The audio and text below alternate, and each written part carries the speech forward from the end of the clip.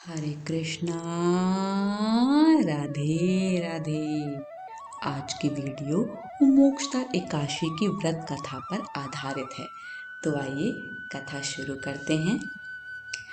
अर्जुन ने उत्पन्ना एकादशी की उत्पत्ति, महिमा, महात्म्य आदि सुनकर श्री कृष्ण से कहा, हे परम पूजनीय भगवान श्री कृष्ण, हे त्रिलोकीनाथ, आप सभी को सुख व मोक्ष देने वाले हैं।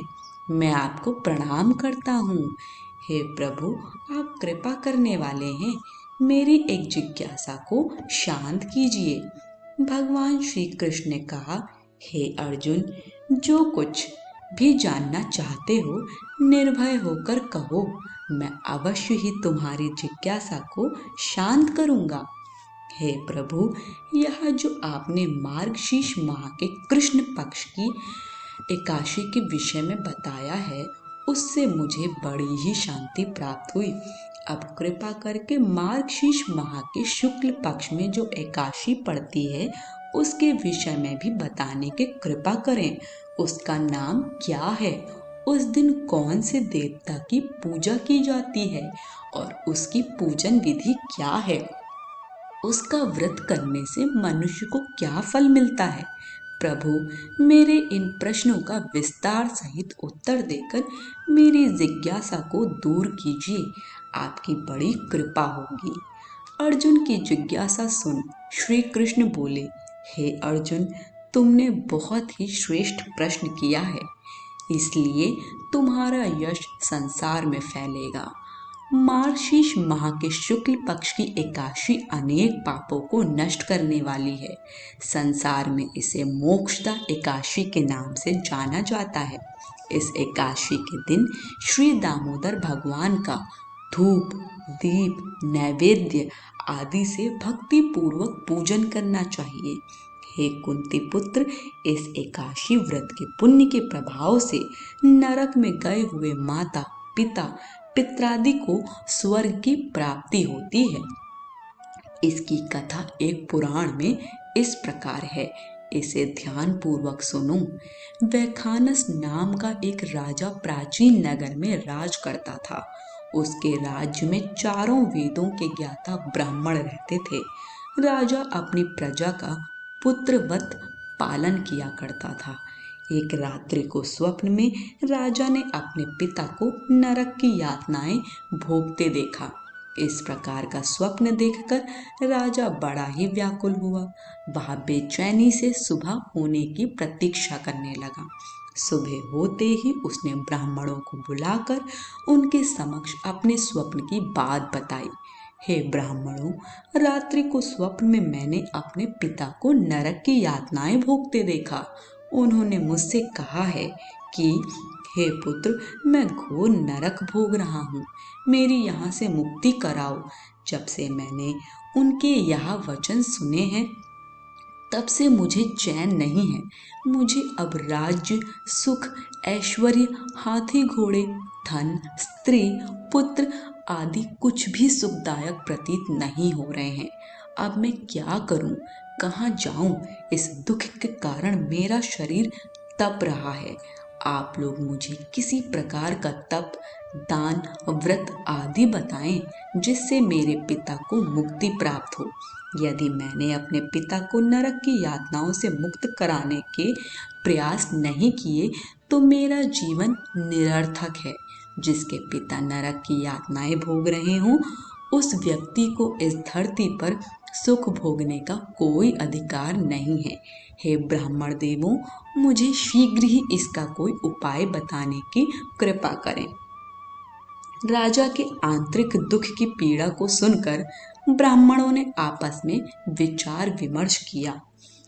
फिर एक मत होकर बोले, राजन, वर्तमान, भूत और भविष्य के ज्ञाता पर्वत नाम के एक मुनि हैं। वे यहाँ से अधिक दूर नहीं हैं। आप अपनी यह व्यथा उनसे जाकर कहें, वे अवश्य ही इसका कोई सरल उपाय आपको बता देंगे। ब्राह्मणों की बात मान राजा मुनि के आश्रम पर गए। आश्रम में अनेक शांतचित्त योगी और मुनि तपस्या कर रहे थे। चारों वेदों के ज्ञाता पर्वत मुनि दूसरे ब्रह्मा के समान बैठे जान पड़ रहे थे। राजा ने उन्हें दंडवत प्रणाम किया तथा अपना परिचय दिया। पर्वत मुनि ने राजा से कुशल क्षेम पूछी। तब राजा ने बताया, हे मुनिवर, आपकी कृपा से मेरे राज्य में सब कुशल है, किंतु मेरे समक्ष अकस्मात ही एक ऐसी समस्या आ खड़ी हुई है जिससे मेरा हृदय बड़ा ही अशांत हो रहा है। फिर राजा ने मुनि को व्यथित हृदय से रात में देखे गए स्वप्न की पूरी बात बताई और फिर दुखी स्वर में बोला, हे महर्षि, अब आप कृपा कर मेरा मार्गदर्शन करें कि ऐसे में मुझे क्या करना चाहिए, कैसे मैं अपने पिता को नरक की यातना से मुक्ति दिलाऊं। राजा की बात पर्वत मुनि ने गंभीरता पूर्वक सुनी। फिर नेत्र बंद कर भूत और भविष्य पर विचार करने लगे।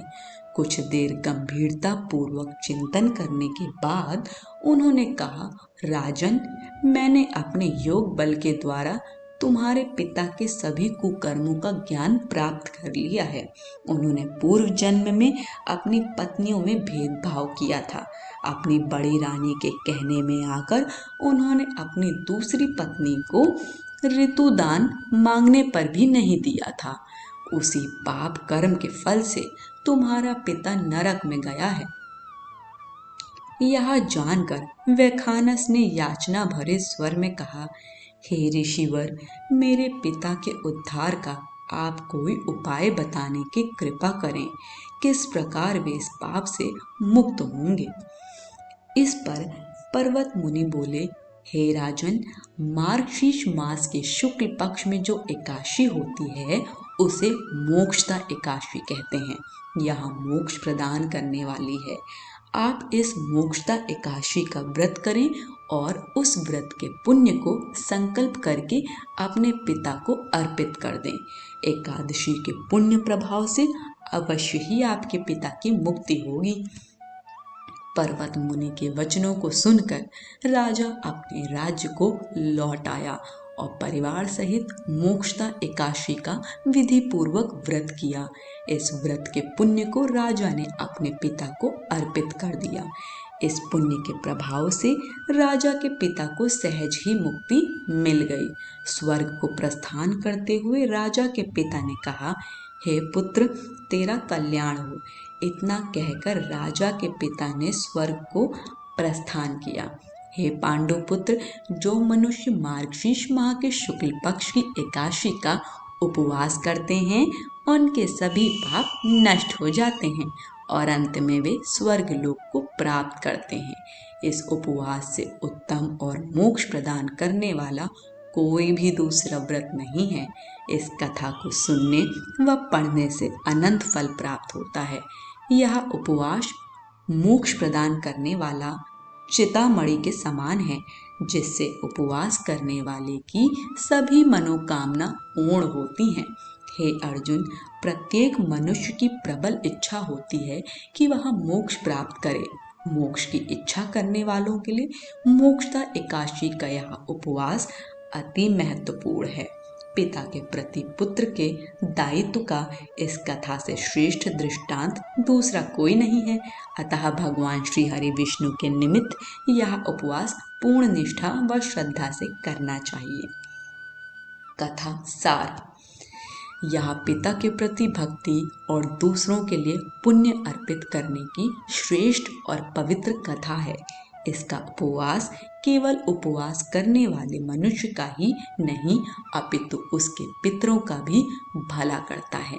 अपने किसी सगे, सहोदर, मित्र, बंधु को भी इस उपवास का फल अर्पण करने से उसके भी पापों व क्लेशों का नाश हो जाता है। आज की कथा यहीं समाप्त होती है। हमें अपना फीडबैक कमेंट बॉक्स में देना ना भूलिएगा और साथ ही वीडियो को लाइक शेयर करें और चैनल को सब्सक्राइब ज़रूर करें। सभी को हरे कृष्ण, राधे राधे।